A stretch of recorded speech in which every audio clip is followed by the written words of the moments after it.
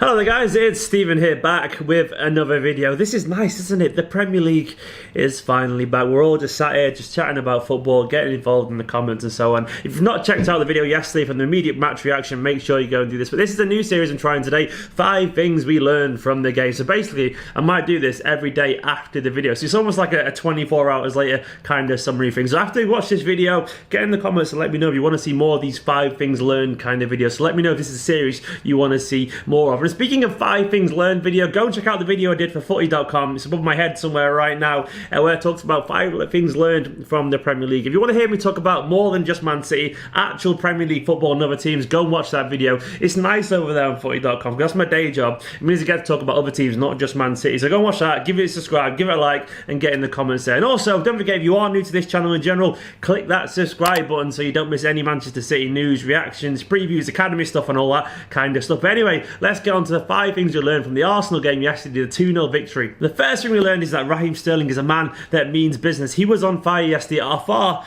most incisive attack in my personal opinion. He stuffed all the critics he had in the summer for England right down their throats with a wonderful jinking goal and a rocket of a shot from about 18 to 20 yards. I love Raheem. I think he gets a ridiculously hard time, and it was great to see him come back and just be banged straight into form that we all know he can actually do. It's a wonderful goal and a display of vibrancy, and some of his close control dribbling was absolutely, well, Mahrez actually, if anything, he stole Mahrez's feet for this game. I thought Raheem was fantastic. It was great to see that he's obviously there mentally. He obviously loves being back in a Manchester City shirt with a team that actually gets behind him. None of this negativity that usually plagues him when he plays for England. And Sterling obviously is an intelligent player, and he's showing signs already that last season's form may not be a one-off. It was also nice to see him do so well on the left wing. Obviously, he spent most of the season out on the right, and given the natural overlapping tendencies of Benjamin Mendy, well, Sterling was in his element there. I remember when he was playing there under Pellegrini and he was nowhere near as effective, but this is a team on a totally different level, intelligently, tactically, and all that kind of stuff, and other versions of athlete at the end. He's basically miles ahead of where he was there. He looks a lot more effective, and it was really encouraging signs of his link-up play with Mendy. And the second thing is that centre-back pairing.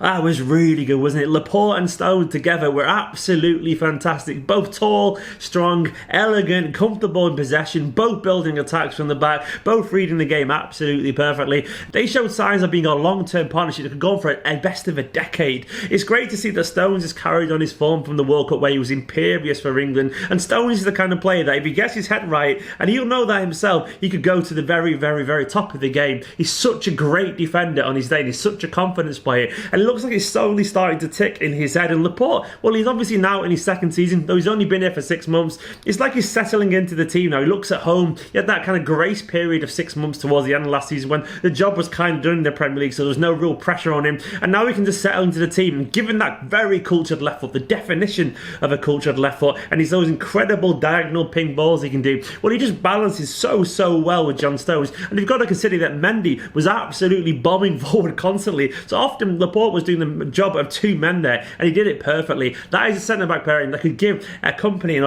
Mendy some nightmares. And the third one was that we were obviously rusty, but that's obviously okay as far as I'm concerned. You've got to consider that our pre-season schedule was absolutely all over the place. Only a handful of games, most of the players not there at all. In general, most of the players are still tired from the World Cup. They've not got back into match fitness yet, and they're going to need about 5 games to get anywhere near as sharp and as fluid as they were last season. It doesn't really matter at this stage of the season. All we need is results, and given the fact that Arsenal, you know, they had a bit of energy, they obviously wanted to prove in front of their own fans, we're still good, you know, at giving everything. Okay, we weren't quite as fluid as we were last time, but the team itself was a little bit all over the place. The players were lacking match practice, but we still did just about enough. We still showed that we can create things, despite it being a relatively new kind of system. I know what you're thinking, 4-3-3 isn't new, but the way that the fullbacks were overlapping, we barely saw that last season. So there were some players out of position, there were some players playing unfamiliar roles and so on, and new ideas being tried, yet we still looked alright. The rustiness is totally acceptable. We'll be more fluid and more precise with our passing as the weeks go forward. For now though, I'm just happy that we got the 3 points. And on to Benjamin Mendy. Guardiola was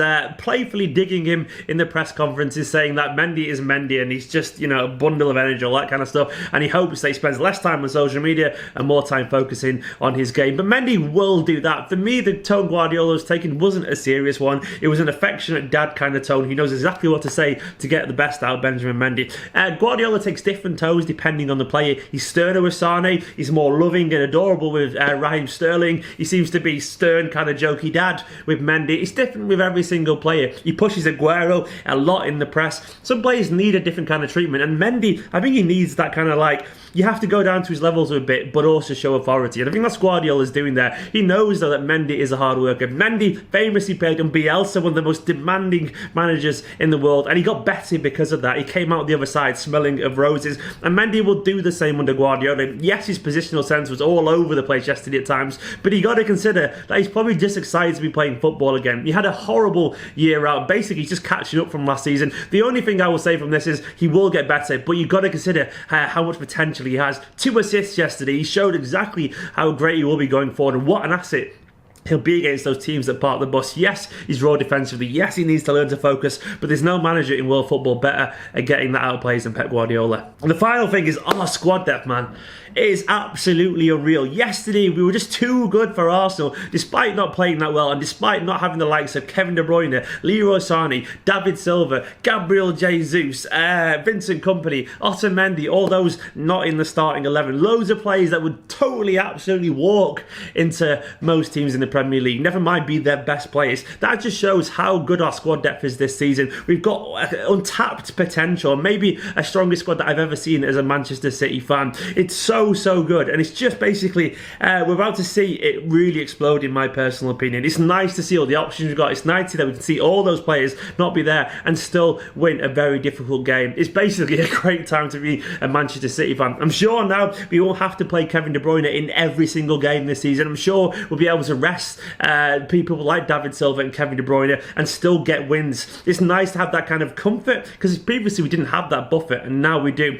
Who would have said last season that we could have gone to the Emirates and not have De Bruyne and Silva and still win? That shows how far we've come in 12 months under Guardiola. The last 12 months have been excellent, and it's only going to get better. Anyway, guys, that's the end of the first ever 5 things we've learned from Manchester City and all that kind of stuff. Let me know if you liked this video format. I'll do more after games. It's a nice little summary, in my personal opinion. Of course, there's loads more talking points to be had, but that's for you guys to get in the comments, and also check out my match reaction, my immediate thoughts from yesterday's game. Anyway, guys, don't forget, as I said, subscribe if you're new to this channel. Check out that video, 5 things we learned. I did with Club 40 over there, and I will see you next time.